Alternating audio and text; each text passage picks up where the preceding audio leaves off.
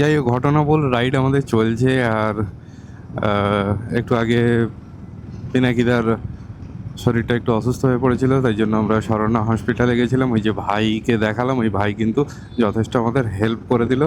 Even just মেডিসিনের কস্টটাই দিতে হয়েছে, কোনো ডাক্তার বা আদার্স কোনো কস্ট দিতে হয়নি। খুবই হেল্পফুল, খুব ভালো। মানে ভাইয়ের শখও হচ্ছে রাইডিং, সেই জন্য হয়তো আমাদেরকে এতটা হেল্প করে দিল। থ্যাংক ইউ ভাইকে। ভাই যদি ভিডিওটা দেখো তাহলে তোমাকে কি বলে থ্যাঙ্কস জানাবো জানি না।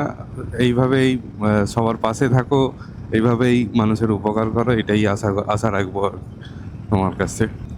আমরা অলমোস্ট বর্ধমানে এন্টার করতে চলেছি, বর্ধমান চলেই এসেছি।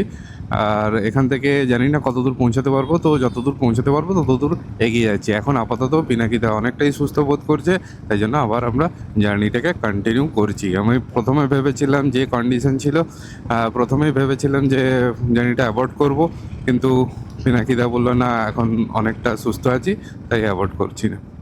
এটা হচ্ছে বর্ধমানে ঢোকার রাস্তাটা। জাস্ট বর্ধমান টাউনের ভেতর দিয়ে ঢুকে ফ্লাইওভার দিয়ে গিয়ে আমরা ফুটিসাঁকোর দিকে এগিয়ে যাচ্ছি।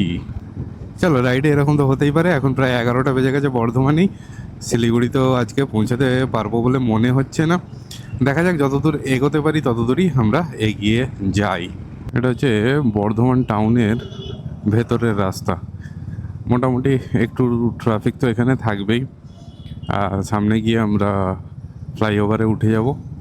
এই জায়গাটায় আমি অনেকবার এসেছি। এরকম ট্রাফিক বা সিটির ভেতরে যে ট্রাফিকটা হয়, তবু তো আজকে বলবো আমি অনেক অনেক কম ট্রাফিক পেয়েছি।